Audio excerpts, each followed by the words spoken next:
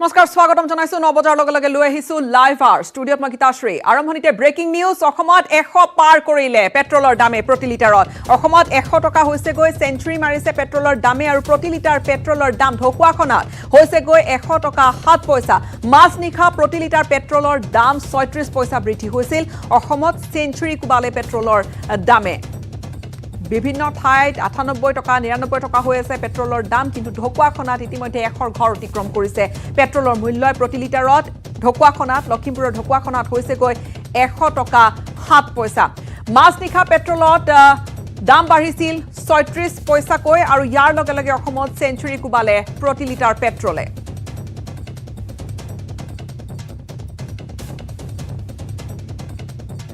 পুনে পুনে আপোনালোকক লখিমপুৰলৈ লৈ যাবলৈ বিচাৰিম উপস্থিত আছে আমাৰ সাংবাদিক সঞ্জীৱ লাহন সঞ্জীৱ পেট্ৰলৰ দাম বাঢ়িছে 100 টকা পাৰ কৰিছে ঢকুৱাখনত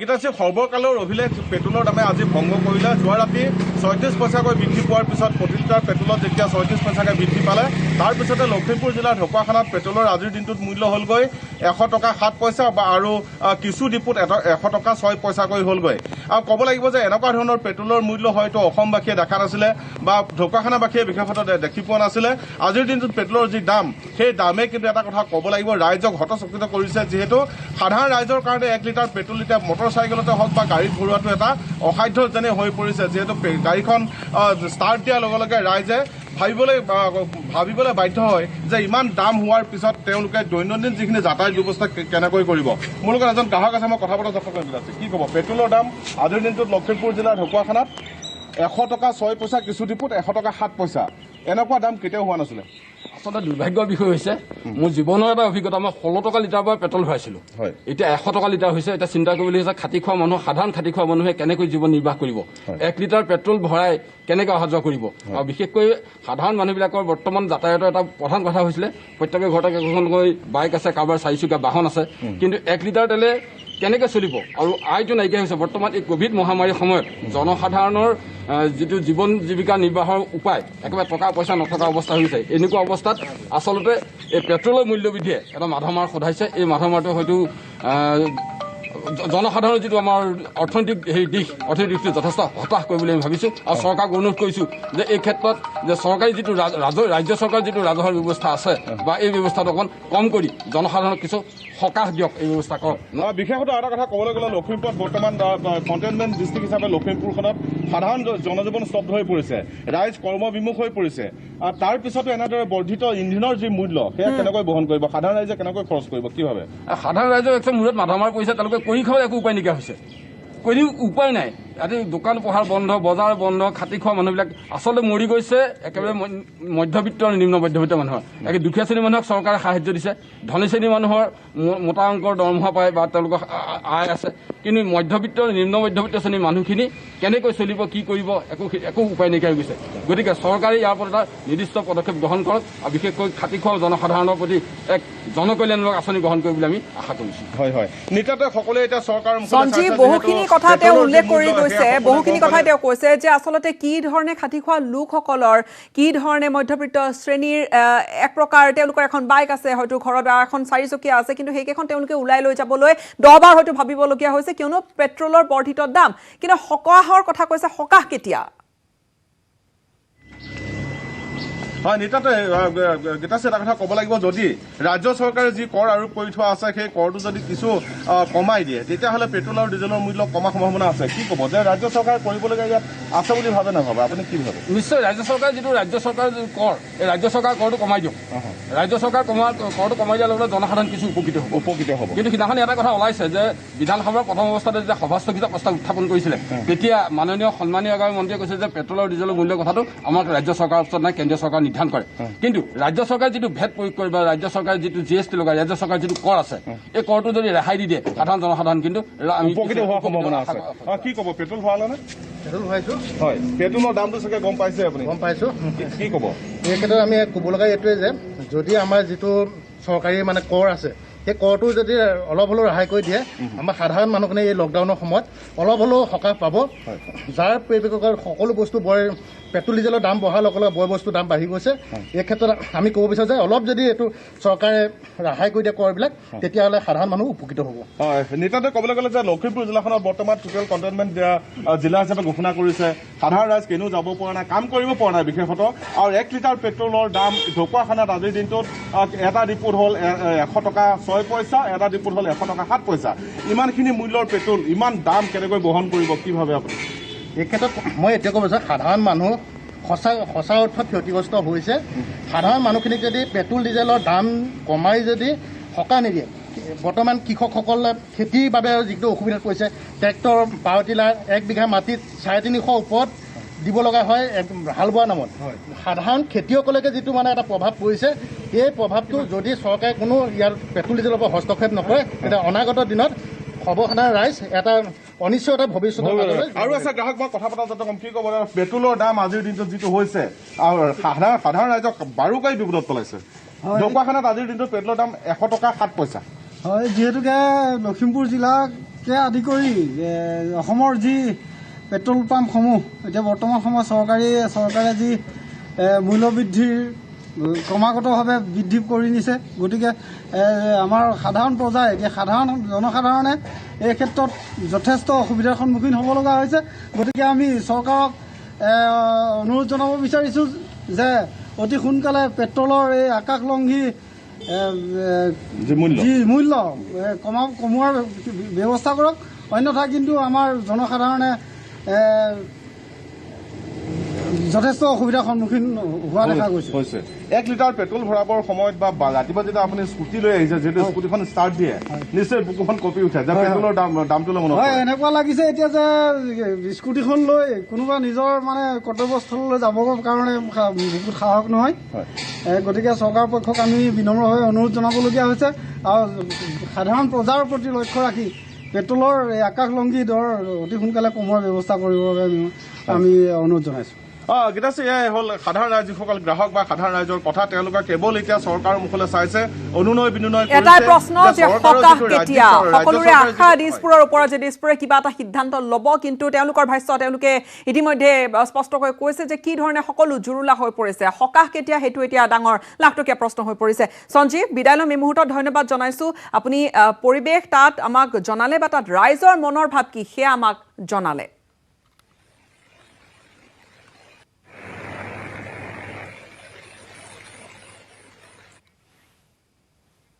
ইফালে কোভিড পৰিস্থিতি উন্নত নোহোৱা দুদিনৰ বাবে সম্পূৰ্ণ লকডাউন ঘোষণা কৰা হৈছে কেইবাখনো জিলাত। বিশেষকৈ গোলাঘাট, বিশ্বনাথ, শোণিতপুৰত দুদিনৰ বাবে সম্পূৰ্ণ লকডাউন ঘোষণা কৰা হৈছে।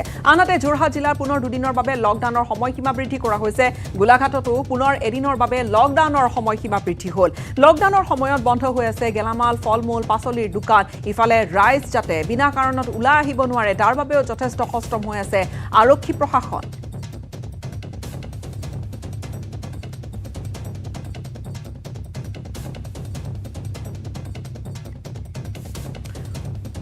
গোলাঘাটৰ পৰিৱেশ জনাম। সৰু পথাৰৰ পৰা সংযুক্ত হৈছোঁ আমাৰ সাংবাদিক দেৱাশিষ গৌতমৰ সৈতে। দেৱাশিষ, পৰিৱেশ কিছু অকণমান উন্নত হৈছেনে? যিহেতু লকডাউন দিয়া হৈছে বা সম্পূৰ্ণৰূপে কাঢ়া ব্যৱস্থা কৰা হৈছে, সংক্ৰমণৰ হাৰ কিমান, অকণমান উন্নত হৈছেনে?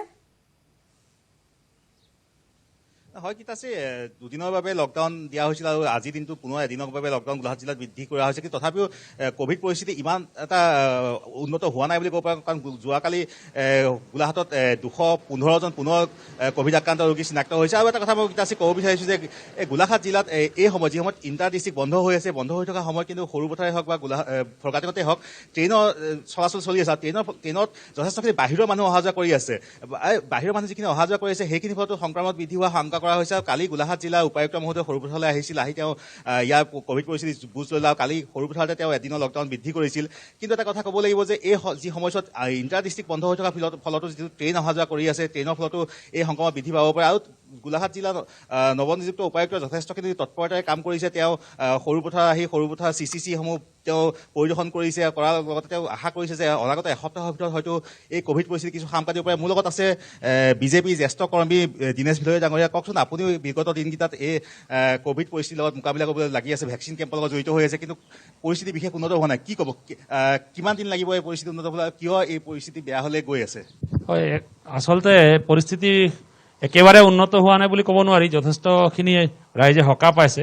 ভেকচিনৰ যোগানটো যিহেতু 20,000 আছিল, এই 20,000ৰ কাৰণে প্ৰায় 50টাকে ভেকচিনৰ কাৰণে শিবিৰ আয়োজন কৰা হৈছিল।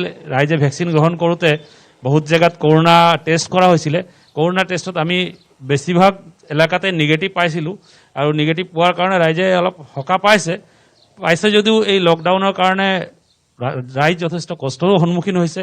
ৰেচনৰ অভাৱ হৈছে, মানুহৰ অহা যোৱা চিকিৎসাৰ ক্ষেত্ৰতো যথেষ্ট অসুবিধাৰ সন্মুখীন হৈছে। গাড়ী ঘোঁৰা পাবলৈ নাই, এম্বুলেন্সৰ 2-1 যদিও বৃদ্ধি হৈছে, পেচেণ্টৰ সংখ্যা বেছি, সেইকাৰণে অলপ অসুবিধা হৈছে। কিন্তু এইকেইদিন যোৱাকালিৰ পৰা ভেকচিন যিহেতু ধনশিৰি মহকুমাত একেবাৰে নাই বুলিয়ে ক'ব পাৰি, ছেকেণ্ড ড'জৰ ভেকচিনৰ কাৰণে আজি 3-4টা শিবিৰ লোৱা হৈছে। কিন্তু প্ৰথম যিটো ফাৰ্ষ্ট ড'জৰ ভেকচিনৰ কাৰণে ভেকচিনৰ অভাৱ, আৰু ভেকচিন নহালৈকে কিন্তু ৰাইজ যথেষ্ট শংকিত হৈ আছে। আৰু প্ৰায় 60খন গাঁৱৰ প্ৰায় 1 লাখৰ ওচৰা-ওচৰি জনসংখ্যা এতিয়াও ভেকচিন ল'ব পৰা নাই। তাৰ কাৰণে তেওঁলোকে যথেষ্ট আমাৰ দলীয়ভাৱে আমাক নিবেদন কৰিছে।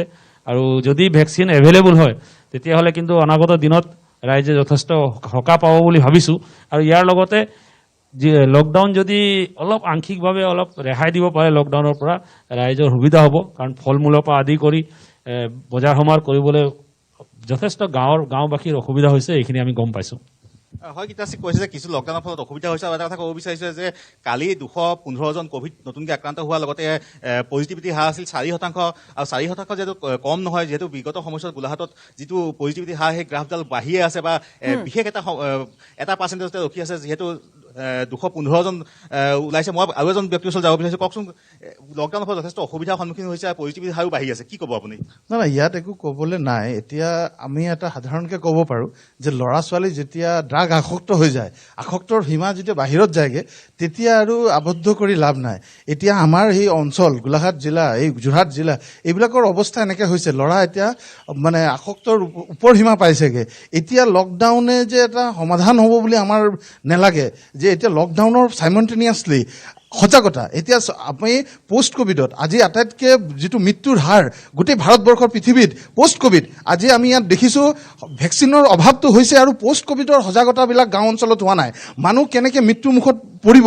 এতিয়া কিন্তু এই কৰোণাৰ যোৱাৰ লগে লগেই কিন্তু মানে মেক্সিমাম বয়সস্থ মানুহবিলাক এই মানে পোষ্ট কোভিডত, আৰু সৰু চামো এই পোষ্ট কোভিডত, কিন্তু আমি দেখিছোঁ যে পোষ্ট কোভিডৰ কোনো ধৰণৰ সজাগতা নাই। আমি চৰকাৰক আহ্বান জনাইছোঁ, কিন্তু অন্তঃজিলা যেনেকৈ বন্ধ কৰি থৈছে, অন্তঃজিলা বন্ধ কৰাৰ লগে লগে আপুনি আগতো কৈছে যে ট্ৰেইন কেনেকৈ চলিব পাৰিছে। আজি আমাৰ ইয়াত যিবিলাক বাছ মালিক সন্থা, তেওঁলোক জুৰুলা হৈ গৈছে। তেওঁলোক আজি ব্যৱসায়বিলাক লোন লৈ পেলাই, আমি চৰকাৰৰ আজি এতিয়া আমাৰ পাৰ্লিয়ামেণ্ট চলি আছে, আমি চৰকাৰক, বিত্ত বিভাগক, আমাৰ গোলাঘাট জিলাৰে বিত্ত বিভাগৰ মন্ত্ৰী তেওঁক আমি আহ্বান কৰিছোঁ, মাফ কৰি দিব নালাগে, কিন্তু 2 মাহৰ কাৰণে তেওঁলোকক ৰিলেক্সেশ্যন যদি দিয়ে এই ব্যৱসায়ীবিলাকক, নহ'লে যিটো সংস্থাপন যুৱকসকলক সংস্থাপনৰ বিদায় ল'ব লাগিব আপোনাৰ পৰা। ধন্যবাদ জ্ঞাপন কৰিছোঁ। কিন্তু গোলাঘাটৰ পৰিৱেশ কিন্তু এতিয়াও উদ্বেগজনকেই হৈ আছে।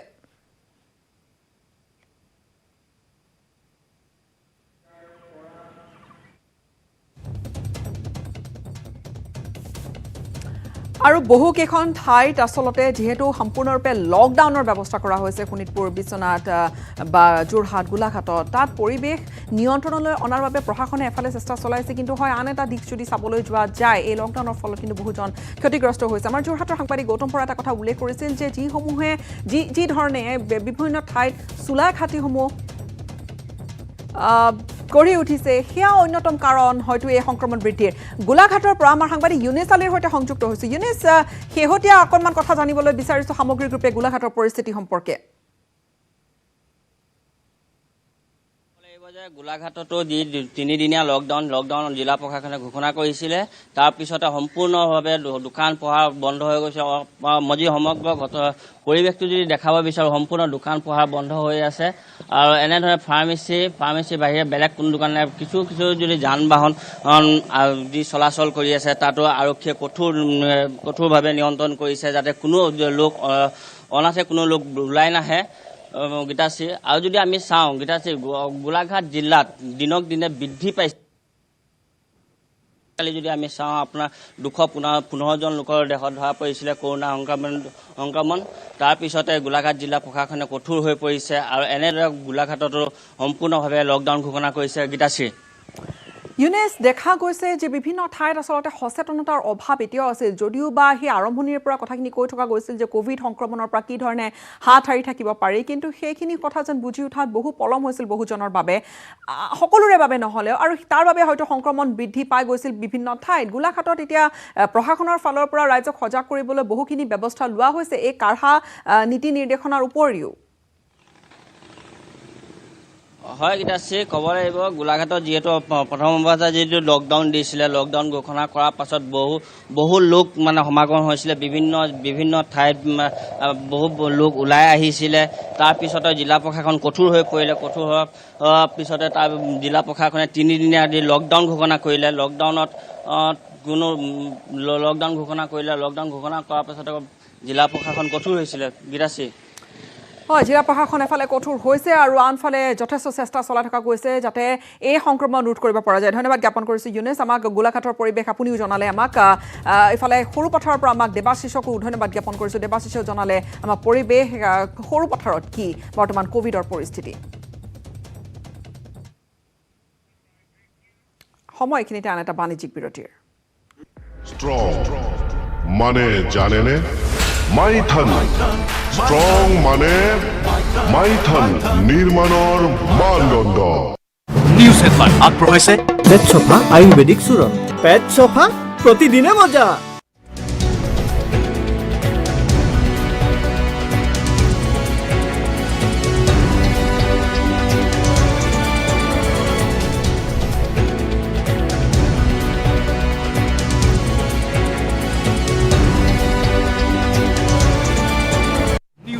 আগবঢ়াইছে পেট চফা আয়ুৰ্বেদিক চূৰণ পেট চফা প্ৰতিদিনে মজা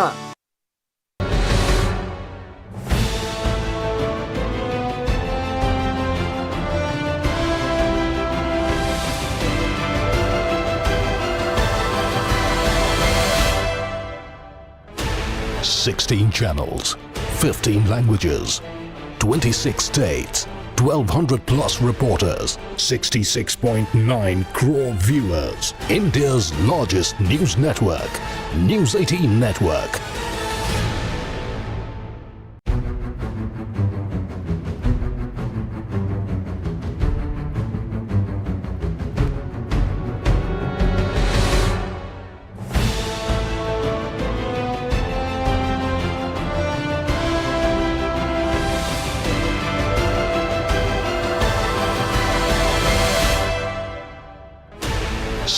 Channels, 15 languages, 26 states, 1,200 plus reporters, 66.9 crore viewers. India's largest news network, News 18 Network.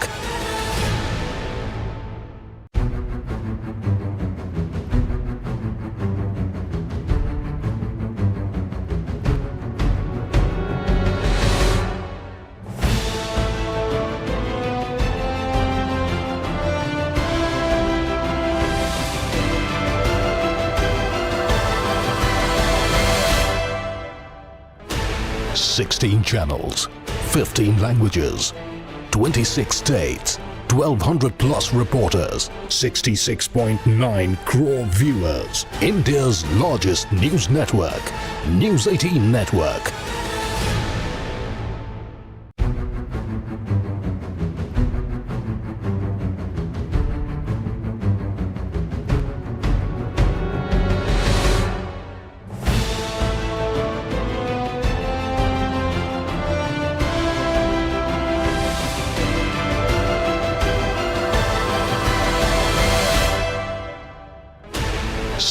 Channels, 15 languages, 26 states, 1,200 plus reporters, 66.9 crore viewers. India's largest news network, News 18 Network.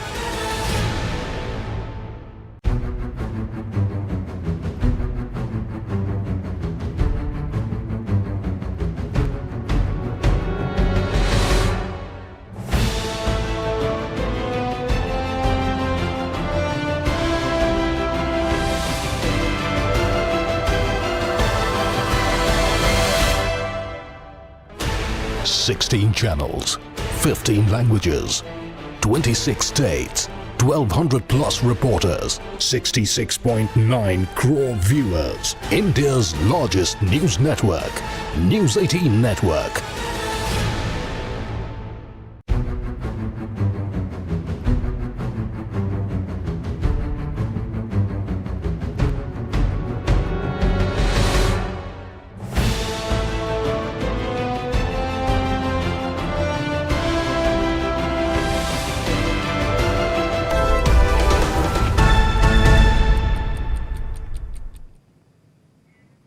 স্বাগতম জনাইছো আপুনি চাই আছে লাইভাৰ ৰাজ্যত অব্যাহত আছে ড্ৰাগছ সৰবৰাহকাৰীৰ বিৰুদ্ধে আৰক্ষীৰ তীব্ৰ অভিযান নিশা আমিনগাঁৱত গ্ৰেপ্তাৰ কৰা হৈছে 4টাকৈ ড্ৰাগছ সৰবৰাহকাৰীক আমিনগাঁৱৰ কালিবাৰীৰ পৰা জাহিৰ আলী উৎপল বিশ্বাস ৰঞ্জিত সোণাৰ আৰু বিটু বৰাক গ্ৰেপ্তাৰ কৰিবলৈ সক্ষম হৈছে আৰক্ষীয়ে অভিযোগ অনুসৰি 4 ড্ৰাগছ সৰবৰাহকাৰীয়ে আমিনগাঁও আৰু মালিগাঁৱত সৰবৰাহ কৰি আছিল এই ড্ৰাগছ আমিনগাঁও আৰক্ষী থানাৰ সমীপতে বাহৰ পাতি লৈছিল মেলিছিল বৰবিহ ড্ৰাগছৰ এখন ৰমৰমীয়া বজাৰ আৰু এই নৰাধমৰ জালত ভৰি দিছিল বহু যুৱক যুৱতীয়ে কম বয়সীয়া যুৱক যুৱতীসকল যেন তিল তিলকৈ মৃত্যুমুখলৈ গৈছিল একোটা পৰিয়াল শেষ হৈ যায় এই অৱস্থাত আৰু অৱশেষত এজন ড্ৰাগছ আসক্তৰ এনে এটা ভুক্তভোগী পৰিয়ালৰ খবৰৰ ভিত্তিতে আৰক্ষীয়ে অভিযান চলাই 4কে গ্ৰেপ্তাৰ কৰিবলৈ সক্ষম হয় আৰক্ষীয়ে সৰবৰাহকাৰী কেইজনৰ পৰা কেইবাটাও ড্ৰাগছ ভৰ্তি কণ্টেইনাৰো জব্দ কৰিছে আমি এটা গোপনত খবৰ পাইছিলোঁ সেই খবৰৰ ভিত্তিত আমি আমিনগাঁও কালিবাৰী অঞ্চলৰ হেল্প কৰিছিলোঁ হেল্প কৰাৰ পিছত আমি কিছুসংখ্যক সন্দেহজনক কণ্টেইনাৰ ছাছপেক্টেড হিৰ'ইন পাউডাৰ আমি পাইছোঁ আৰু 4জন ল'ৰাক আমি কৰায়ত্ব কৰিছোঁ তেওঁলোক জড়িত থকা সন্দেহত আৰু তেওঁলোকৰ নাম ক্ৰমে বিটু বৰুৱা জাহিৰ আলী ৰঞ্জিত সোণাৰ আৰু উৎপল বিশ্বাস অভিযানৰ আমি এতিয়া অভিযানৰ কাৰণে তেওঁলোকক এতিয়া সোধপোছ কৰিম সোধপোছৰ পিছত তেওঁলোকৰ পৰা কি ইনফৰমেশ্যন পাওঁ আমি চাই লওঁ তাৰপিছত আপোনালোকে গম পাব আমিনগাঁও অঞ্চলত তীব্ৰতৰ কৰি পেলাইছে ড্ৰাগছ বিৰোধী অভিযান আমিনগাঁও অঞ্চলত আমি এইটো যিহেতু আমাৰ সকলোতে গমেই পাইছে যে এইটো ড্ৰাগছ বিৰোধী অভিযানটো আমি অব্যাহত ৰাখিছে অসম পুলিচে সেইকাৰণে আমি আমিনগাঁৱতো যিমান পাৰি আমি ড্ৰাগছ নিৰ্মূলৰ কাৰণে চেষ্টা কৰিম আৰু এতিয়াও চেষ্টা চলাই আছোঁ সেইকাৰণে আজি চেষ্টা চলাই অনুসন্ধানৰ বাবে আমি এইখিনি কৰাত পালোঁ আৰু আমি চাইলোঁ আৰু কিমান উদ্ধাৰ কৰিব পাৰোঁ ইফালে কলিয়াবৰতো আৰক্ষীৰ জালত পৰিছে 2 ড্ৰাগছ ব্যৱসায়ী বুধবাৰে নিশা কলিয়াবৰ আৰক্ষীয়ে এছঅপি ভংগকাৰীৰ বিৰুদ্ধে যেতিয়া নিয়মীয়া অভিযান বা তালাচী চলাই আছিল ঠিক সেই সময়তে ধৰা পৰে এই 2 ড্ৰাগছ সৰবৰাহকাৰী এই 2জনৰ পৰা ৯৫,০০০ টকা উদ্ধাৰ কৰাৰ লগতে জব্দ কৰিছে এখন বাইক ধৃত 2 ড্ৰাগছ সৰবৰাহকাৰী সামগুৰিৰ শিৱস্থানৰ নবীৰ হুছেইন আৰু মহবৰ আলী নলতলিৰ পৰা কলিয়াবৰ তিনিআলিৰ দিশে আহি থকা অৱস্থাত আৰক্ষীৰ জালত পৰিছে এই 2টা সৰবৰাহকাৰী বৰ্তমান 2কে জেৰা অব্যাহত ৰাখিছে কলিয়াবৰ আৰক্ষীয়ে উল্লেখযোগ্য যে দীৰ্ঘদিন ধৰি পলাতক হৈ আছিল ধৃত 2 ড্ৰাগছ সৰবৰাহকাৰী তেওঁলোকৰ 5 ইত্যাদি আমি বিচাৰিছিলোঁ বিচাৰোঁতে তেওঁলোকে সেইটো দিবলৈ অপৰাগ হ'ল তেতিয়া আমি খুব থ্ৰলি তেওঁলোকৰ চাৰ্জ কৰিলোঁ তেওঁলোকৰ বেগেজ তেতিয়া আমি তেওঁলোকৰ পৰা 95,280 ৰুপিজ পাইছোঁ আৰু সেই পইচাখিনি সিহঁতে ক'ৰ পৰা আনিছে সোধাত তেওঁলোকে এটা কোনো সঠিক উত্তৰ আমাক দিব পৰা নাই আৰু ল'ৰাকেইজনৰ চাল চলন আৰু কথা ইত্যাদিত আমাৰ অলপ সন্দেহ হৈছিল যে তেওঁলোকে কোনোবা অন্য অসৎ প্ৰকৃতিৰ লোক হ'ব পাৰে আৰু সেইভাৱেই আমি তেওঁলোকক থানালৈ আনিলোঁ আৰু আমাৰ ঊৰ্ধ্বতম কৰ্তৃপক্ষকো আমি অৱগত কৰিলোঁ কৰাৰ পিছত মই অচি চামগুৰি আৰু IC তেওঁলোকে তাৰ সেইটো এলেকাৰ শিৱস্থান এলেকাৰ সেইকাৰণে অচি চামগুৰি আৰু IC শিৱস্থানৰ লগত কথা পাতিছিলোঁ তেওঁলোকৰ ফটো আৰু ঘৰৰ এড্ৰেছবিলাক লৈ তেওঁলোকক ভেৰিফাইৰ কাৰণে দিছিলোঁ তেতিয়া অচি চামগুৰিয়ে মোক জনালে যে তেওঁলোকৰ যিটো চামগুৰি থানাৰ গোচৰ নম্বৰ 321 এটা NDPS কেছৰ লগত তেওঁলোক ৰিলেটেড আৰু তেতিয়া আমি